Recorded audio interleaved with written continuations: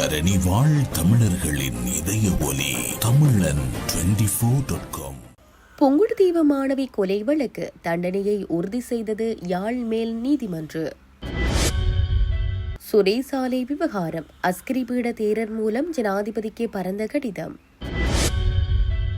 செம்மணி மனித புதைகுழியில் நேற்றும் அகழ்ந்தெடுக்கப்பட்ட 10 எண்பு கூடுகள். விமல் கம்மன்பில உள்ளிட்ட 6 பேருக்கு எதிராக விசாரணை நீதிமன்றத்திற்கு அறிவித்தது சிஐடி. கடற்படை அதிகாரியின் வாய்ப்பை தட்டிப்பறித்த மஹிந்தவின் மகன் விசாரணைக்கு அழைப்பு. சிகிச்சை என்ற பெயரில் மனநலம் பாதிக்கப்பட்ட சிறுமியிடம் தவறாக நடந்த பிக்கு. லிப்டில் பயணித்த பெண்களுக்கு பாலியல் தொல்லை, தனியார் நிறுவன ஊழியர் கைது. மற்றும் சூரஜ் வானகரில் அத்தியாவசிய உணவுப் பொருட்களை மலிவு விலையை பெற்றுக் கொள்ள இம்போர்ட் ஸ்டேஷன். தொடர்பென விரிவான செய்திகள். புங்குடுதீவு மாணவி கொலை வழக்கில் உயர் நீதிமன்றினால் உறுதி செய்யப்பட்ட தீர்ப்பினை யாழ்ப்பாண மேல் நீதிமன்றம் குற்றவாளிகளுக்கு வாசித்து மீண்டும் உறுதிப்படுத்தியது. அதேவேளை உயர் நீதிமன்றத்தினால் வழக்கிலிருந்து விடுவிக்கப்பட்ட இருவரையும் மேல் நீதிமன்று நேற்றைய தினம் திங்கட்கிழமை விடுதலை செய்தது. கடந்த 2015 ஆண்டு மே மாதம் 13 பாடசாலைக்கு செல்லும் வேளையில் மாணவி கடத்தப்பட்டு கூட்டு பாலியல் அத்துமீறலுக்கு உட்படுத்தப்பட்டு படுகொலை செய்யப்பட்டார். அது தொடர்பிலான வழக்கு விசாரணைகளில் 7 பேரை குற்றவாளியாக கண்ட ட்ரையல் பார்ட் தீர்ப்பாயம் அவர்களுக்கு மரண தண்டனை விதித்தது. குறித்த தீர்ப்பினை எதிர்த்து 7 பேரும் உச்ச நீதிமன்றில் மேன்முறையீடு செய்ததை அடுத்து நடைபெற்ற வழக்கு விசாரணைகளில் 2 வரை உச்ச நீதிமன்றம் விடுதலை செய்ததுடன் ஏனைய 5 மரண தண்டனையை உறுதி செய்தது. விசாரணை காலத்திலேயே மரண தண்டனை கைதி ஒருவர் சிறையில் நோய்வாய்ப்பட்டு இறந்த நிலையில் ஏனைய 4 தண்டனையை யாழ்ப்பாணம் மேல் நீதிமன்று மீண்டும் உறுதி செய்வதற்காக யாழ்ப்பாணம் அழைத்து வந்த நிலையில் கடந்த 25 4 ஒருவர் சிறையில் உயிரை மாய்த்துக் கொண்டார். அதனால் தீர்ப்பினை உறுதி செய்வதற்காக அன்றைய தினம் எடுத்துக் கொள்ளப்படவிருந்த வழக்கு எடுத்துக் கொள்ளப்படாத நிலையில் குறித்த வழக்கு நேற்றைய தினம் திங்கட்கிழமை எடுத்துக் கொள்ளப்பட்ட போது 5 குற்றவாளிகளில் 2 தற்போது உயிருடன் இல்லாத நிலையில் ஏனைய 3 உச்ச நீதிமன்றம் தீர்ப்பை மேல் நீதிமன்றம் வாசித்து காட்டி உறுதி செய்தது. உச்ச நீதிமன்றினால் விடுவிக்கப்பட்ட 2 மேல் நீதிமன்றம் விடுதலை செய்தது. ஓய்வு பெற்ற ஜெனரல் சுரேசாலை தொடர்பாக அவரது மனைவி மனூரி சசலே சமர்ப்பித்த கோரிக்கைக்கு கவனம் செலுத்துமாறு ஜனாதிபதி அனுரகுமார திசாநாயக்கவிடம் அஸ்கிரி பீட மகாநாயக்க வரககொட ஸ்ரீ ஞானரத்ன தேரர் கடிதம் எழுதியுள்ளார். சுரேசாலையின் மனைவி 8 அஸ்கிரி மகாவிகாரிக்கு வருகை தந்து தனது கணவருக்கு நிவாரணம் வழங்க உதவுமாறு அவரிடம் கோரிக்கை விடுத்ததாக அந்த கடிதத்தில் குறிப்பிடப்பட்டுள்ளது.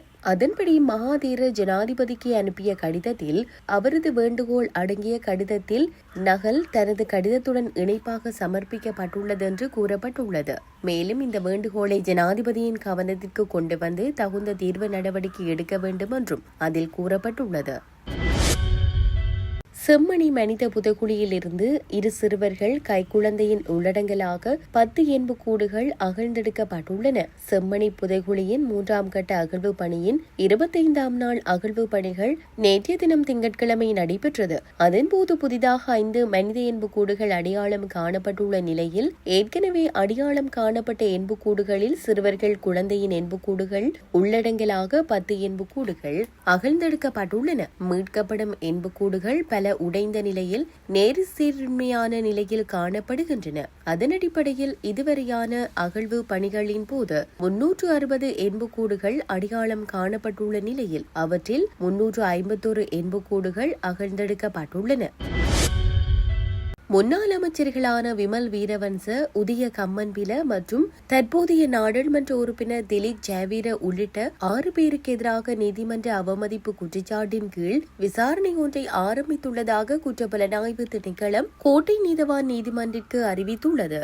அரச புலனாய்வு சேவையின் முன்னாள் பணிப்பாளர் சுரேசாலேவின் தடுப்பு காவல் தொடர்பான தற்போதைய விசாரணைகளை குறைமதிப்பிற்கு உட்படுத்தும் வகையிலும் நீதிமன்றத்தை அவமதிக்கும் வகையிலும் மின்னணு ஊடகங்கள் மூலம் வெளியிட்ட வெளியிடப்பட்ட அறிக்கைகள் தொடர்பாகவே இந்த விசாரணை தொடங்கப்பட்டுள்ளதாக விசாரணை அதிகாரிகள் நீதிமன்றத்தில் தெரிவித்துள்ளனர். இதற்கமைய நாடாளுமன்ற உறுப்பினர் திலித் ஜெயவீர, முன்னாள் நாடாளுமன்ற உறுப்பினர்களான விமல் வீரவன்ச, உதய கம்மன்பில, அசங்க நவரத்ன மற்றும் சுயீஸ்வர பண்டார, மஹிந்த பத்ரன ஆகியோரால் வெளியிடப்பட்ட அறிக்கைகளுக்கு எதிராக இந்த விசாரணை நடத்தப்படுவதாக அதிகாரிகள் நீதிமன்றத்திற்கு அறிக்கை சமர்ப்பித்துள்ளனர்.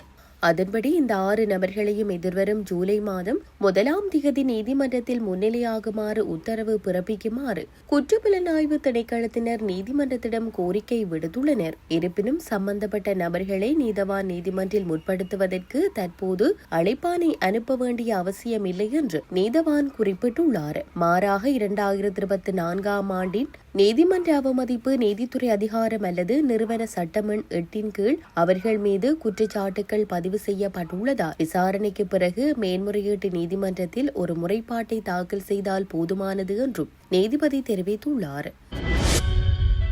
முன்னாள் ஜனாதிபதி மஹிந்த ராஜபக்ஷவின் மகன் ஜோசித ராஜபக்ஷ லஞ்ச ஊழல் விசாரணை ஆணைக்குழுவால் அழைக்கப்பட்டுள்ளார் என அமைச்சர் நலிந்த ஜெயதிச தெரிவித்துள்ளார். அனுராதபுரத்தில் உள்ள ஒரு சாதாரண குடும்பத்தை சேர்ந்த கடற்படை அதிகாரிக்கு கிடைத்த வாய்ப்பிற்கு பதிலாக ஜோசித ராஜபக்ஷ பயிற்சிக்காக இங்கிலாந்திற்கு அழைத்து செல்லப்பட்ட விதம் குறித்து கேள்விகள் எழுந்துள்ளதாக அமைச்சர் குறிப்பிட்டுள்ளார். இது தொடர்பில் மேலும் கருத்து வெளியிட்ட அவர், சிலவேளை இது மீண்டும் நிகழலாம். ஜோசித ராஜபக்ஷ லஞ்ச ஆணைக்குழுவினால் அழைக்கப்பட்டுள்ளார்.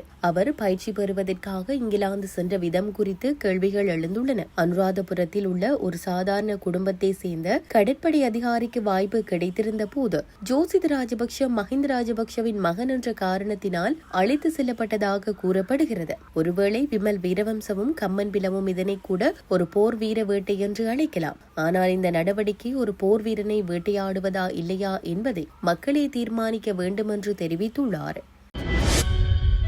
மனநலம் பாதிக்கப்பட்ட சிறுமியிடம் பாலியல் ரீதியாக தவறாக நடந்து கொண்ட குற்றச்சாட்டில் குற்றவாளியாக காணப்பட்ட பிக்குவிற்கு கொழும்பு மேல் நீதிமன்றம் 10 ஆண்டு கடூழிய சிறை தண்டனை விதித்து தீர்ப்பளித்துள்ளது.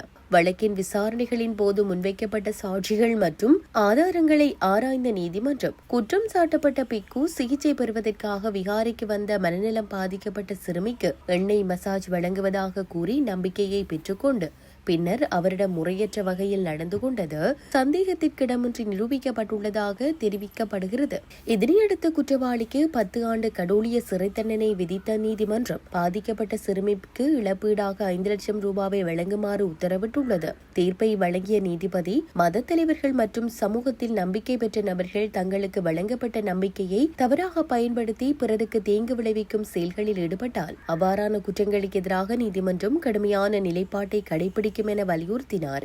இந்த தீர்ப்பு சிறுவர்கள் மற்றும் பாதிக்கப்படக்கூடிய நபர்களின் பாதுகாப்பை உறுதிப்படுத்துவதில் நீதித்துறையின் உறுதியான நிலைப்பாட்டை வெளிப்படுத்துவதாக சட்ட வல்லுநர்கள் கருத்து வெளியிட்டுள்ளனர்.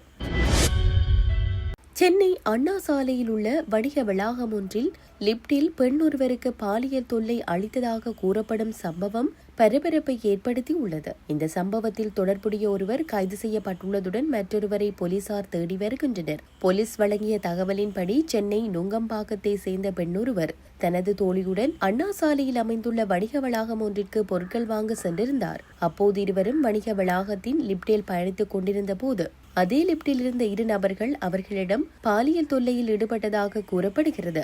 இதனால் அதிர்ச்சியடைந்த பெண்கள் உடனடியாக கூச்சலிட்டுள்ளனர். பெண்களின் சத்தம் கேட்டு லிப்ட் நிறுத்தப்பட்டதுடன் வணிக வளாகத்தில் இருந்த பொதுமக்கள் அங்கு விரைந்து வந்தனர். எனினும் அதற்குள் பாலியல் தொல்லை கொடுத்ததாக கூறப்படும் இருவரும் தப்பி செல்ல முயன்றுள்ளனர். இதில் பொதுமக்கள் ஒருவரை மடக்கி பிடித்து அண்ணாசாலை போலீசாரிடம் ஒப்படைத்தனர். மற்றொருவர் அங்கிருந்து தப்பி சென்றுள்ளார். விசாரணையில் கைது செய்யப்பட்ட நபர் வேளச்சேரியை சேர்ந்த லட்சுமி நாராயணன் என்பது தெரிய வந்துள்ளது.